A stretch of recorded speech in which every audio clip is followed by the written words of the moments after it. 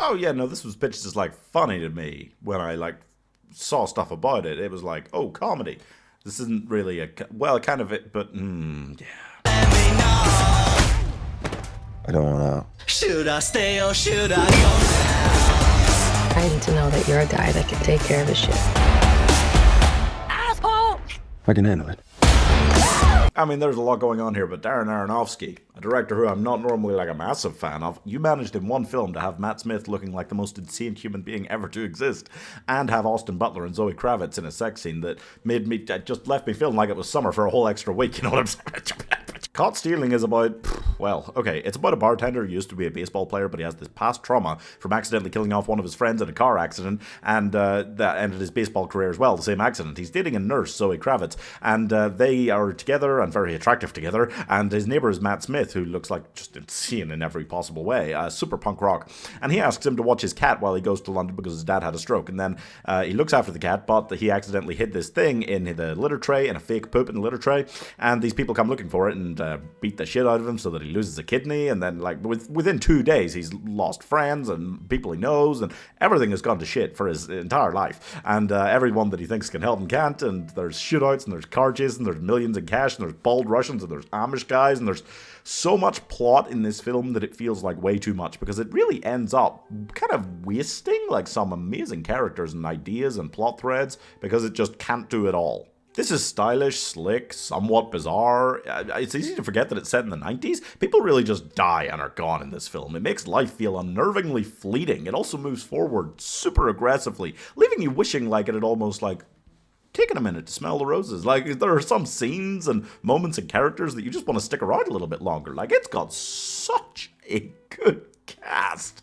Oh my goodness. I mean, like, Austin Butler, Zoe Kravitz, Matt Smith, you're like, yeah, this is nice. But then Liev Schreiber, Vincent D'Onofrio, Carol Kane, Regina King, Bad Bunny, like, it just keeps going.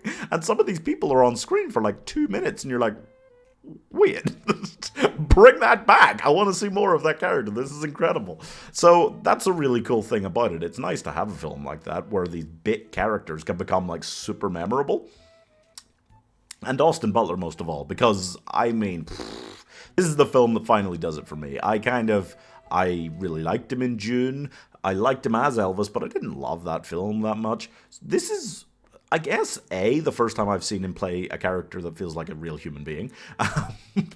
And B, one of the first times I've seen him outright lead a film apart from Elvis. And damn, this one convinced me that he is just a phenomenal actor, as if I didn't know it well enough before now. This could have easily been like over 2 hours long happily, but despite any rushing that it does, I still really enjoyed myself. It keeps you guessing. It has these comedic elements, but it is also like dark at times too. It is savagely brutal when it wants to be. And it's just so, I don't know, it feels like such a bizarre mixing of styles and genres, and yet not in a way that is off-putting to me. I also feel like this doesn't feel like a Darren Aronofsky film, because compare this to Requiem for a Dream or Black Swan, or it just feels bizarre. Or Mother. I hated Mother. Oh my god. And that's what I expect when I go into one of his films. So I kept expecting this to take some bizarre, surrealistic turn. And it doesn't. In case somebody has chosen not to watch it because they're expecting that from him. Because I really was. I was not looking forward to this because I was like, well, it looks like that in the trailer, but it's going to be something super kooky and auteurish. No. Not really.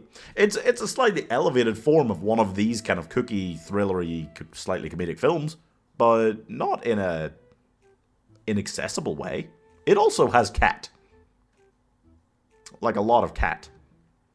This adorable cat's in it a lot. Far too much for me to hate it.